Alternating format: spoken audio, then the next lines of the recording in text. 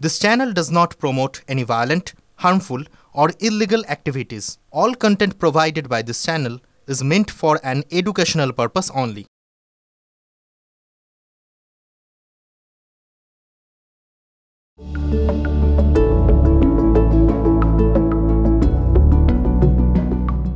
নমস্কার, TV9 Bangla health প্লাসে আপনাদের সবাইকে স্বাগত জানাই। আপনাদের সঙ্গে রয়েছি আমি চয়নিকা। কথায় বলে না, prevention is better than cure. কথাটা একদম ঠিক। কিছু কিছু রোগের ক্ষেত্রে রোগ যদি নাও বা সারে, তার আগে প্রিকশন নেওয়া বা প্রিভেনশন নেওয়া খুব জরুরি। যেমন ধরুন হার্ট ডিজিজ।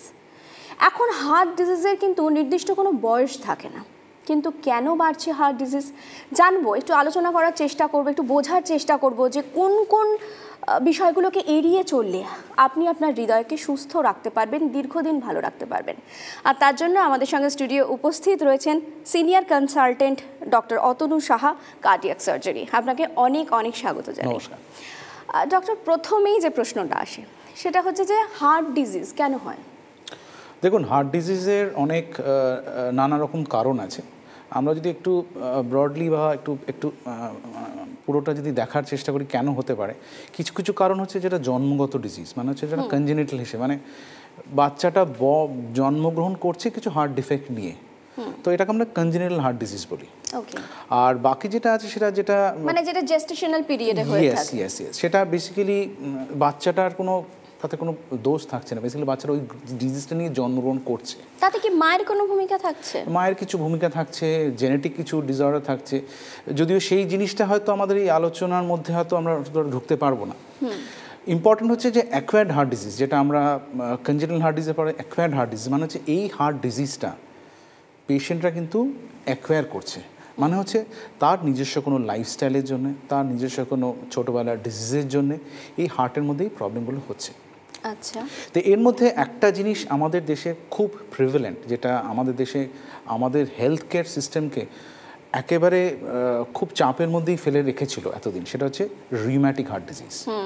এই কথাটা হয়তো শুনে থাকবেন। এই কথাটা হচ্ছে অনেক ক্ষেত্রেই আমরা দেখি, অনেক পেশেন্টরা আমাদের কাছে আসেন, আপনারাও হয়তো শুনে থাকবেন যে ছোটোবেলায় বাতজ্বর হতো, গলাটা ব্যথা হয়েছে, অ্যান্টিবায়োটিক দিয়ে ট্রিটমেন্ট হয়নি, তারপর থেকে গা হাত পা ব্যথা, চোখ টোক ফুলে গেছে, তারপর ওটা কমে গেল। কিন্তু এই যে এইটাকে বেসিক্যালি এই যে রিউম্যাটিক ফিভার, এটা হচ্ছে এই রোগের নাম। এই রিউম্যাটিক ফিভার ছোটো বয়সে যদি এটা ট্রিটমেন্ট না হয় বা এটা যদি আমরা ঠিক করে অ্যান্টিবায়োটিক দিয়ে কিওর করতে না পারি, এর কিন্তু এফেক্টটা হার্টের উপর পড়ে। আচ্ছা, এই হার্টের উপর পড়াতে কি হয়, হার্টের ভ্যালভগুলো, হার্টের মধ্যে যে 4টে ভ্যালভ থাকে, এই ভ্যালভগুলোর উপর ধীরে ধীরে ধীরে ধীরে ধীরে ক্ষতি করে, ভ্যালভগুলো খারাপ করে দেয়, ভ্যালভগুলো ঠিক মতো বন্ধ হতে পারে না, ভ্যালভগুলো কুঁচকে যায়। সো এইটা কিন্তু একটা প্রাইমারি আমরা অ্যাকোয়ার্ড হার্ট ডিজিজের মধ্যে এটা পড়ে। এটা ছোটোবেলায় রিউম্যাটিক ফিভার হচ্ছে, তারপর এটা 10 বছর 20 বছর বা ইনফ্যাক্ট আমরা দেখি যে 30 বছর পরও এই প্রকোপটা, রোগের প্রকোপটা কিন্তু সেই পেশেন্টের উপর গিয়ে পড়ছে। সেটা ম্যানিফেস্ট হচ্ছে কীভাবে, সেটা আমরা বুঝছি কী করে।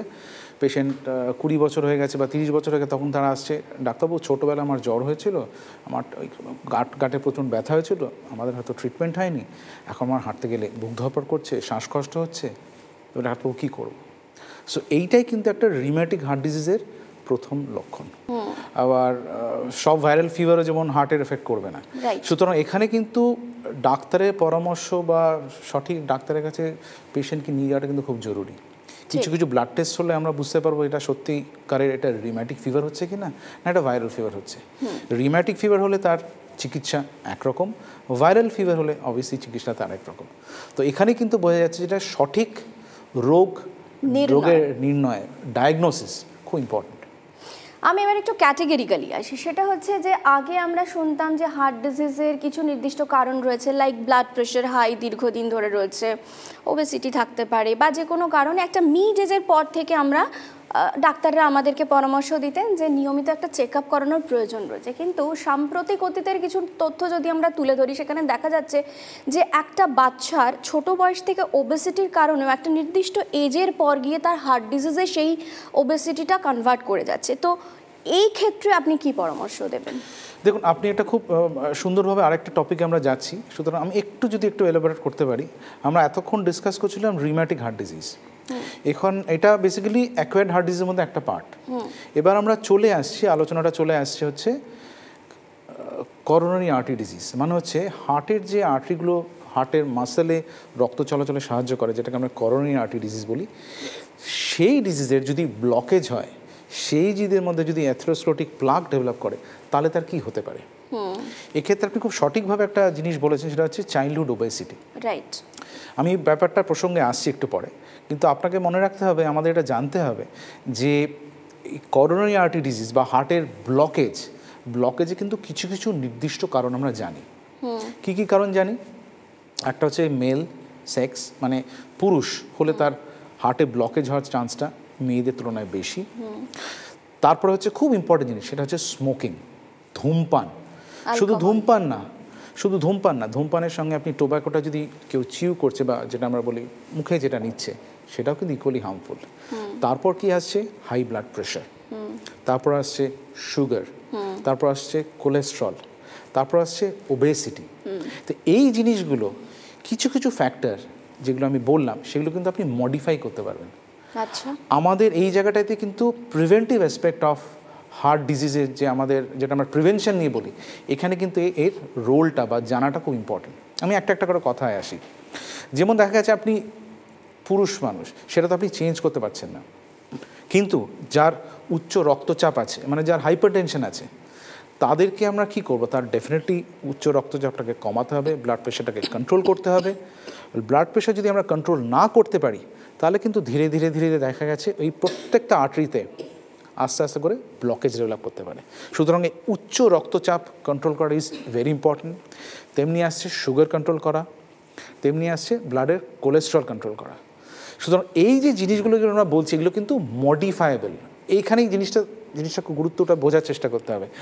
আমরা যে জিনিসটা নিয়ে জন্মগ্রহণ করেছি, বা যে জেনেটিক ফ্যাক্টর বা জেনেটিক জিনিসগুলো আমরা নিয়ে জন্মগ্রহণ করছি, সেগুলো আমরা কিন্তু খুব একটা মডিফাই করতে পারি না। ঠিক। কিন্তু এই যে জিনিসগুলো যেগুলো আমরা ডিসকাস করলাম, এই জিনিসগুলো কিন্তু আমার আপনার হাতের মধ্যে আছে। ঠিক। সুতরাং এখানেই আসছে ধূমপানটা আপনি বন্ধ করতে পারেন, অ্যালকোহল ইনটেক আপনি বন্ধ করতে পারেন, সুগার কন্ট্রোল করতে পারেন, কোলেস্ট্রল কমাতে পারেন, ব্লাড প্রেশার কন্ট্রোল করতে পারেন, ওবেসিটি কন্ট্রোল করতে পারেন। সুতরাং কীভাবে আমরা করতে পারি? সঠিক ডায়েট, রেগুলার এক্সারসাইজ, আর ডেফিনেটলি একটা সার্টেন এজের পর 40 বছর বয়স হয়ে গেলে পুরুষদের ক্ষেত্রে আমরা বলবো অ্যাটলিস্ট ইয়ারলি একটা ব্লাড টেস্ট করা, সুগার টেস্ট করা, লিপিড প্রোফাইল চেক করা। আর সিমিলারলি মেয়েদের ক্ষেত্রে একটা সার্টেন এজের পর 45 ইয়ার্সের পর তাদের ক্ষেত্রেও আমরা বলি রেগুলারলি একটা হেলথ চেক আপ করা। এটা যেমন কনজেনিটাল হার্ট ডিজিজ আমি এতক্ষণ যেটা বললাম, অবশ্যই সেটা বোঝা যাচ্ছে, সেটা যদি আমরা আর্লি ডিটেক্ট করতে পারি, সেটা হয়তো জন্মগ্রহণ করার পরই বা প্রথম 1-2 বছরের জন্মের মধ্যে আমরা ডিটেক্ট করতে পারছি। সিমিলারলি অ্যাকোয়ার্ড হার্ট ডিজিজের মধ্যে যদি আমরা বলি রিউম্যাটিক হার্ট ডিজিজ কিন্তু প্রাইমারিলি আমরা দেখছি 20 থেকে 30 বছরের মধ্যে। আচ্ছা। এবং ইন্ডিয়াতে এর প্রকোপটা কিন্তু ধীরে ধীরে কমছে। এটা একটা আমাদের it's a very positive sign.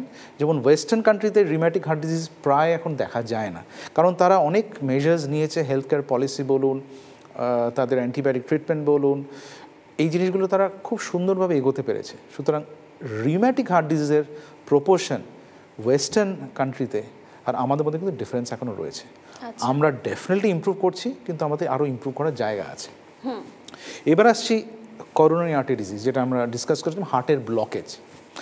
এই ডিজিজটা দেখুন এশিয়ান কান্ট্রিজে বা আমাদের যারা আমরা এই সাউথ ইস্ট কান্ট্রিতে যারা আমরা বিলং করি, আমরা কিন্তু more genetically prone to heart disease. মানে হচ্ছে আমাদের খাবার দাবারের বা আচার আচরণ বলুন বা জেনেটিক মেকআপ বলুন, আমরা কিন্তু we are much more prone to heart disease. একই খাবার আমরা খাবো, আর ধরুন আমি জিজ্ঞেস বলছি ওয়েস্টার্ন পপুলেশন একজন খাবেন, তারা যে খাবারটা যেভাবে মেটাবলাইজ করবে, আমরা কিন্তু খাবারটা অন্যভাবে মেটাবলাইজ করি। আমাদের শরীরে এই খাবারটাকে খুব ইজিলি ফ্যাটে আমরা কনভার্ট করে ফেলি। সুতরাং এই যে জেনেটিক প্রবণতা অফ হার্ট ডিজিজ, এটা কিন্তু প্রমাণিত। এবং এই হার্ট ডিজিজের এই আমরা কখন দেখতে পাই? ওয়েস্টার্ন কান্ট্রিজে 60 বছর, আমাদের এখানে 40 বছর, কিছু কিছু ক্ষেত্রে 30 বছর আমরা দেখছি যে হার্টের এই আর্টারিগুলো ব্লকেজ ডেভেলপ করছে। এই যে কোলেস্টেরল, এটা একটা সমস্যা যেটা মানে প্রাথমিকভাবে প্রথম হার্ট ডিজিজ আসছে না, আমার কোলেস্টেরল আসছে, এই কোলেস্টেরলটাকে যাতে আমার না আসে তার জন্য আমার কি কি করণীয়? দুটো কথা। একটা কথা হচ্ছে কিছু কিছু ক্ষেত্রে, যদিও তোর পার্সেন্টেজটা খুব কম, অনেক পেশেন্টদের থাকে কোলেস্টেরল লেভেল খুব হাই, ট্রাইগ্লিসারাইড লেভেল খুব হাই। এটা হচ্ছে জেনেটিক ফ্যাক্টর, সেটা আপনি এটা জিনগতভাবে এটা এক্সপ্রেসড হচ্ছে, এটা আপনার কিছু করার নেই, ওষুধ খেতেই আপনাকে হবে। এখানে ডায়েট মডিফিকেশন কিছুটা হেল্প করবে কিন্তু পুরোটা করবে না। কিন্তু বেশিরভাগ ক্ষেত্রে একটা সার্টেন এজের পর আমাদের এই কোলেস্ট্রলের এফেক্ট আমরা দেখতে পাই। মানে হচ্ছে কি, হয়তো আমরা 20-30 বছর বয়স যখন আমরা ছিল তখন আমরা জাঙ্ক ফুড খেয়েছি, সুগার দেওয়া খাবার খেয়েছি, কার্বোহাইড্রেট বেশি খেয়েছি, রেগুলার এক্সারসাইজ করিনি, অত্যধিক স্ট্রেস, ধূমপান, অ্যালকোহল ইত্যাদি ইত্যাদি। এর এফেক্ট আপনি সঙ্গে সঙ্গে পাবেন না, এফেক্ট কিন্তু আপনি 30-40 বছর পর থেকে আস্তে আস্তে পেতে শুরু করবেন। সুতরাং এখানেই প্রিভেন্টিভ অ্যাসপেক্টের রোলটা আসছে। আমাদের কিন্তু সচেতন হতে হবে ওই 20 বছর বয়স থেকে, ইফ নট আর্লিয়ার, যে আমরা খাবার দাবারটা যেন নিয়মিত সময় মতো উপযোগী খাবার খাই, জাঙ্ক ফুড খাই না, রেগুলার এক্সারসাইজ করি। স্ট্রেস আপনি তো অ্যাভয়েড করতে পারবেন না, কাজে সব জায়গাতেই স্ট্রেস আছে, কিন্তু ওই স্ট্রেসটাকে আপনি কীভাবে হ্যান্ডেল করছেন, আপনার বডি কীভাবে হ্যান্ডেল করছে, সেখানে কিন্তু ট্রেনিংয়ের ব্যাপার আসছে। না, আর একটা জিনিস নিশ্চয়ই ডক্টর আপনি আমার সঙ্গে সহমত হবেন, সেটা হচ্ছে যে একটা ছোট বাচ্চা যখন বেড়ে উঠছে তখন থেকেই তার অ্যাকচুয়ালি ফুড হ্যাবিটটা সেট হয়ে যাচ্ছে। মানে একজন বাচ্চা খুব বাড়ির খাবার খায়, হঠাৎ করে সে খুব প্রচুর বাইরের খাবার খেতে শুরু করলে এরকম জেনারেলি হয় না। কিছু কিছু বাচ্চাকে আমরা দেখি যে মা বাবা খুব হেলথ কনসিয়াস বলে কোনো না কোনো অ্যাক্টিভিটির মধ্যে রাখতে পছন্দ করে। তো আপনি কি বলবেন যে এগুলো ভবিষ্যতের ক্ষেত্রে একটা গুরুত্বপূর্ণ ভূমিকা প্লে করে? খুব খুব একটা সুন্দর পয়েন্ট বলেছেন, ইয়েস, খুব গুরুত্বপূর্ণ পয়েন্ট এটা। দেখুন, এই হ্যাবিট, মানুষ কিন্তু অভ্যেসের দাস। আমি ছোটোবেলা থেকে আমার বাবা মাকে যা করতে দেখেছি, বাবা আমাকে করতে দেখছি, আমার আত্মীয় স্বজনকে যা করতে দেখছি, আমার বন্ধু বান্ধবদের যা করতে দেখছি, সেটাই কিন্তু একটা বাচ্চা গ্রহণ করবে। আমি একটা এক্সাম্পল দিচ্ছি, সুগার। এখন সুগারটা জানেন তো, সুগারটা এখন একটা পয়জন হিসেবে দাঁড়িয়ে গেছে। Processed refined sugar, it is equal to poison. আমি একটা বড় কথা বললাম, কিন্তু মনে রাখবেন এখন দেখা গেছে এই যে চিনি যেটা আমরা খাচ্ছি, এর যে কি মারাত্মক ক্ষতি করছে আমাদের, আপনারা জানেন না। একটু ফলের রসে মিষ্টি মিশিয়ে দিই, শুধু ফলের রসে আপনি চিনি, মাখনের সঙ্গে চিনি মেশাচ্ছেন, খাবারে চিনি দিচ্ছেন, ব্রেড বাটারে চিনি দিচ্ছেন। সুতরাং চিনি একটা খুব important component which is basically damaging hour system. ঠিক। এবং দেখবেন একটা বাচ্চাকে যদি আপনি চিনি, চকলেট এগুলোতে ছোটোবেলা থেকেই একটা অ্যাডিকশানে যদি পরিণত হয়, ও কিন্তু ওটাই তখন বলবে এটাই আমি খাবো, অন্য কোনো খাবার খাবে না। আমরা ভোলানোর জন্য বলবো ঠিক আছে তুই এর চকলেটটা খেয়ে নে ভাই, কিন্তু এগুলো কিন্তু হার্মফুল। এর ক্ষতিকারক এফেক্টটা একদিনে, এক মাসে, এক বছরে হবে না, it will happen after ডিকেডস। Similarly একটা বাচ্চাকে, সে যদি তার, এখন ইন্টারনেটের যুগ, এখন মোবাইলের যুগ, ইনস্টাগ্রামের যুগ, আপনি জিজ্ঞেস করতেন আপনার ছোটোবেলায় আমরা কতটা টাইম আমরা বাইরে কাটিয়েছি, এখন বাচ্চারা কতটা টাইম ভেতরে কাটাচ্ছে সেটা আমরা হিসাব করছি, কত টাইম মোবাইলে কাটাচ্ছে সেটা আমরা হিসাব করছি। এতে কি হচ্ছে? চোখের প্রবলেম হচ্ছে, স্পাইনের প্রবলেম হচ্ছে, ল্যাক অফ কনসেন্ট্রেশন হচ্ছে, ওবেসিটি হচ্ছে, আর কত না কি হবে। নেক্সট আরেকটা ইম্পর্টেন্ট পয়েন্ট, সেটা হচ্ছে যারা বাইরে খেলতে যাচ্ছে না তারা সানলাইটে এক্সপোজার হচ্ছে না, তারা ভিটামিন ডি ডেফিশিয়েন্ট হয়ে যাচ্ছে। সুতরাং আমরা যে অভ্যেসের মধ্যে চলে গেছি, যে জায়গায় আমরা চলে যাচ্ছি, এর এফেক্টটা কিন্তু নেক্সট প্রজন্ম কিন্তু খুব খারাপভাবে তাদের এফেক্ট করবে। আমরা এখনই যদি সচেতন না হই, আমরা যদি এটাকে রেগুলেট করতে না পারি, যে জায়গায় আমরা চলে যাচ্ছি, ভার্চুয়াল, এআই, এখন মানে আপনি বসে আছেন সেটাই হয়তো ভার্চুয়াল হয়ে যাচ্ছে। শুধু এই জায়গাটা থেকে আমাদের কিন্তু সচেতন হতে হবে। ডক্টর, আমরা ফুড হ্যাবিট নিয়ে আলোচনা করছিলাম, আমরা ছোট থেকে কোনো একটা অ্যাক্টিভিটির মধ্যে থাকা উচিত সেটাও আপনি বলছিলেন। এখানে ঘুমটাও বোধহয় খুব ইম্পর্টেন্ট। একটা মানুষ সারা দিনে যে পরিশ্রম করছে তারপর তার তো অ্যাকচুয়ালি ওই বেড টাইমে সমস্ত শরীরের অর্গানগুলো রেস্ট পাচ্ছে, কিন্তু সেটাই আমরা ম্যানেজ করতে পারি না, এত আমাদের বিজি শিডিউল বর্তমানে। তো আপনি কি বলবেন যে কতটা ঘুম একটা মানুষের প্রয়োজন? দেখুন, ঘুমের প্রয়োজনীয়তা প্রত্যেকটা ডিফারেন্ট বয়সে ডিফারেন্ট। বাচ্চাদের ক্ষেত্রে যেমন আমরা যখন ছোটো একদম বাচ্চা থাকে দেখবেন 24 ঘন্টার মধ্যে 14 ঘন্টায় ঘুম হচ্ছে। তো যাই হোক, আমরা যদি এটা যদি আমরা একটা অ্যাডাল্ট পপুলেশন বা ইয়াং পপুলেশনের ক্ষেত্রে বলি, ইয়েস, 10 থেকে 12 ঘন্টা তো মাস্ট। বয়সের সঙ্গে সঙ্গে ঘুমের রিকোয়ারমেন্টটা কমে, কিন্তু আমাদের আমরা দেখেছি, আমাদের রিসার্চ বলছে, আমাদের তথ্য বলছে যে মিনিমাম 7 থেকে 8 ঘন্টা যদি আপনি না ঘুমোন, ওই প্রত্যেক দিন কিন্তু ধরে ধরে ধরে ধরে নিউরন আপনার ড্যামেজ হবে, ব্রেনের নিউরনগুলো ধীরে ধীরে মরে যাবে। এটাও এফেক্টটা কিন্তু একদিনে হবে না, এটা এফেক্টটা কিন্তু হবে লং টার্ম। ঘুম মানুষকে কী করে, ব্রেনের ভেতর যে ওয়্যার করা রয়েছে, যেভাবে সিস্টেমটা ওয়্যার করা রয়েছে, ঘুমের মধ্যে এই ব্রেনের এটা শর্ট সার্কিট হয়। এটা যদি আমি খুব সিম্পল ভাষায় বলি, আমার সারাদিনের যা কথোপকথন, যা আমার মেমোরি, যা আমার কাজকর্ম, সবই তো ব্রেনে একটা ইমপ্রেশন ক্রিয়েট করছে। সেই ইমপ্রেশনটা ব্রেনের মধ্যে যদি আমি বলি ঘুম আপনাকে কী করছে, basically they are short circuit করে দিচ্ছে জায়গাটা। So basically you are resetting it for the next day. এই পার্টিকুলার জায়গায় যদি ঘুমটা যদি ইনঅ্যাডিকুয়েট হয়, এর এফেক্ট কিন্তু শরীরের মধ্যে বহুবিধ। আপনার সুগার বাড়বে, আপনার ব্লাড প্রেশার বাড়বে, আপনার কোলেস্টেরলের প্রবলেম হবে, এবং লং টার্ম আপনার নিউরোলজিক্যাল প্রবলেম হবে। আমরা দেখেছি যাদের ইনঅ্যাডিকুয়েট ঘুমের মধ্যে যারা থাকছেন, বা লং টার্ম যাদের ঘুম ডিপ্রাইভড হচ্ছে, স্লিপ ডিপ্রাইভড হচ্ছে, তাদেরকে কিন্তু লং টার্ম এফেক্টে তাদের আর্লি অনসেট ডেমেনশিয়া বলুন, অ্যালজাইমার্স বলুন, এইসব ভয়ঙ্কর সব রোগ কিন্তু তাদের এফেক্ট করছে তাদের যখন 60 বছর 70 বছর বয়স হচ্ছে। আর এখন ঘুমের মধ্যে আপনি দেখবেন কতবার আপনি হোয়াটসঅ্যাপ দেখছেন, কতবার আপনি ইনস্টাগ্রাম দেখছেন। যাওয়ার আগে একটা নেট অ্যাডিকশন অত্যন্ত ক্ষতিকারক, অত্যন্ত ক্ষতিকারক। দেখবেন আমি যদি আমরা 20 বছর 30 বছর বা 25 বছর আগেকার কথা ভাবি, আমরা ঘুমানোর আগে বই পড়তাম। কেন? ও ঘুমটা আস্তে আস্তে আস্তে আমাদের ঘুমটা এসে যেত, বইটা নিয়ে আমরা ঘুমিয়ে পড়তাম। এখন আপনি একটা অ্যাক্টিভিটির মধ্যে আমরা নিজেদের, আমিও বাদ নই, আমরা নিজেদের মধ্যে ঢুকিয়ে দিচ্ছি যেখানে your brain is being constantly stimulated to work মোর। আপনি দেখছেন ইউটিউব দেখছেন, ইনস্টাগ্রাম দেখছেন, ফেসবুক দেখছেন, যাই দেখছেন, এই জিনিসগুলো কিন্তু আপনাকে আরও জাগিয়ে রাখতে চাইছে, আপনি আরও জেগে থাকুন, which is not good for your health, which is unphysiological. হ্যাঁ, এবং কোথাও গিয়ে কিন্তু ঘুমটা কেটেও যাচ্ছে। মানে আমার হয়তো বিছানায় শোয়ার পর মনে হচ্ছে ঘুম পাচ্ছে, আমি যতক্ষণ ওই অ্যাডিকশনের মধ্যে রয়েছি, একটা রিল দেখছি, স্ক্রল করছি, খানিকক্ষণ বাদে মনে হচ্ছে কই আমার তো ঘুম পাচ্ছে না, আমার ঘুমটা কেটে যাচ্ছে, এবং পরের দিন গিয়ে কিন্তু সেই ক্লান্তিটা আমি ফিল করছি আমার ওয়ার্ক প্লেসে। একদম একদম একদম ঠিক। নির্দিষ্ট সময় হাঁটা, এইটুকু সময় এটা ম্যানেজ করলেও হবে নাকি আপনি সেক্ষেত্রে জিম পরামর্শ দেবেন বা যোগা, কি করা যেতে পারে? খুব ইম্পর্টেন্ট পয়েন্ট, এক্সারসাইজ। মানে আমরা কীভাবে নিজেদের সুস্থ রাখবো। দেখুন, যে মানুষটা 20-30 বছর জিমে যায়নি, কোনো এক্সারসাইজ করেনি, তাকে আমি যদি জিম করতে বলি, সে তো প্রথম 1 সপ্তাহ খুব এনথুসিয়াস্টিকলি সে করবে, তারপর সে কিন্তু সেটা করতে পারবে না, এবং that is not good also. আমরা যেটা অ্যাডভাইস দিই সেটা হচ্ছে সঠিক ডায়েট, নির্দিষ্ট ডায়েট, সঙ্গে যদি আপনি রেগুলার 20 মিনিট করে হাঁটেন, that is good enough.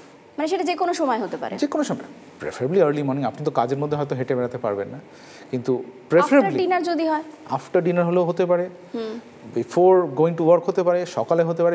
What we say is 20 minutes of uninterrupted walking.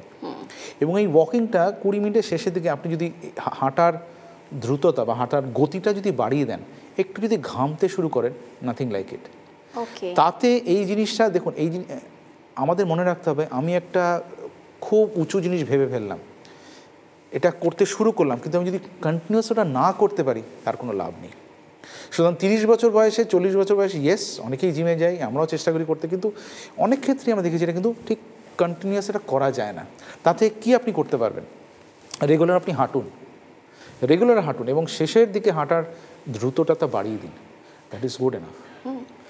Simple exercise করুন, একটু দৌড়ুন, একটু জগিং করুন, and yes, yoga is very good. সেটা যদি আপনি সময় বার করতে পারেন, প্রপারলি ট্রেন্ড হতে পারেন, নাথিং লাইক ইট। তা আমার কি এই যে জিম খারাপ, আমি কিন্তু, please don't get me wrong, gym is good, কিন্তু সেটা আপনাকে গ্রেডেডভাবে ঢুকতে হবে। 40 বছর বয়সে আমি রিয়েলাইজ করলাম আমি জিম করতে শুরু করব, খুব কম লোকে আছে। মেডিটেশনটা কতটা ইম্পর্টেন্ট? খুব ভেরি ইম্পর্টেন্ট। এবং দেখুন, মেডিটেশনে দেখুন আজকাল তো রিসার্চ বলছে, নিউরোলজিস্টরাও বলছে যে আমরা যখন জেগে আছি, আমরা পার্টিকুলার টাইপ অফ ব্রেনে একটা অ্যাক্টিভিটি তৈরি হয়, যেটা আমরা ব্রেনের ওয়েভস ফর্ম বলি। মানে ব্রেনের উপর যদি আমরা ইলেকট্রোড লাগাই, তাহলে আমরা দেখতে পারবো যে একটা মানুষ যখন জেগে আছে, বা একটা মানুষ যখন কাজ করছে, বা একটা মানুষ যখন কথা বলছে, তার যে ব্রেনের স্পাইকস বা ইলেকট্রিক্যাল অ্যাক্টিভিটি, আর একটা মানুষ যখন জেগে আছে অথচ মেডিটেট করছে, তার অ্যাক্টিভিটি কিন্তু অনেক স্লো ডাউন। ওকে, তার মানে কি আপনি ব্রেনের এনার্জি এক্সপেন্ডিচারটা কমাচ্ছেন, ব্রেনের নিউরনের ক্ষয়ক্ষতিটা কমাচ্ছেন। So meditation is definitely good, ব্রেনের পক্ষেও তো ভালো, হার্টের পক্ষে ভালো, কোলেস্ট্রলের পক্ষে ভালো, সুগারের পক্ষে ভালো। মেডিটেশন তো ডেফিনেটলি আমরা রেকমেন্ড করব। আমরা একদম অনুষ্ঠানের শেষ পর্যায়ে চলে এসেছি। দুটো বিষয় আমি অবশ্যই জানতে চাইবো। একটা হচ্ছে ডায়াবেটিস, যাদের ডায়াবেটিস রয়েছে তারা কি করবেন, আর হচ্ছে জেনেটিক যাদের ক্ষেত্রে সমস্যা রয়েছে তাদের ক্ষেত্রে প্রিভেনশন কি? দেখুন, ডায়াবেটিসও দুটো প্রকারের হয় অ্যাকচুয়ালি, যে টাইপ 1 অ্যান্ড টাইপ 2 যেটা আমরা জানি। তো type 2 diabetes is more prevalent. Type 1টা বেসিক্যালি খুব ছোটো বয়সে হয়, সেটার সঙ্গে জিনগত কারণ যুক্ত আছে। সো টাইপ 2 ডায়াবেটিসে যদি আমি 2-3টে পয়েন্ট যদি আমি বলার চেষ্টা করি, সেটা হচ্ছে এই টাইপ 2 ডায়াবেটিস কিন্তু ফুড হ্যাবিটের সঙ্গে খুব linked. Food habit, regular exercise করা, এর সঙ্গে কিন্তু লিঙ্কড। শুধু এইখানেও আমি বলছি, এখানেও কিন্তু মডিফাই করার জায়গা আমাদের রয়েছে। মানে আপনি আপনার ডিজিজ প্রসেসটা যদি আমরা 10-15 বছর যদি পিছিয়ে দিতে পারি, ব্যাপারটা বুঝতে হবে, 10-15 বছর যদি আমরা জিনিসটা পিছিয়ে দিতে পারি, তাহলে কিন্তু ডিজিজ বার্ডেনটা অনেক কমে যাচ্ছে। সেটা আপনি কীভাবে করবেন? ইয়েস, নিয়মিত এক্সারসাইজ, ঠিকমতো খাওয়া দাওয়া করা, ঠিকমতো ঘুমানো, স্ট্রেস রিলিফ, এটা যদি আপনি করতে পারেন, যার ডায়াবেটিস হওয়ার প্রবণতা আছে তার কিন্তু ডায়াবেটিস হওয়ার অ্যাকচুয়াল ইভেন্টটা কিন্তু আপনি অনেকটা পিছিয়ে দিচ্ছেন। ঠিক, সেখানেই হচ্ছে রোল অফ প্রিভেনশন। আজকে যেহেতু সময় শেষ, বিদায় নিতেই হচ্ছে। পরের এপিসোডে অন্য কোনো বিষয় নিয়ে আপনাদের সামনে হাজির হয়ে যাব। টিল দেন, ভালো থাকবেন।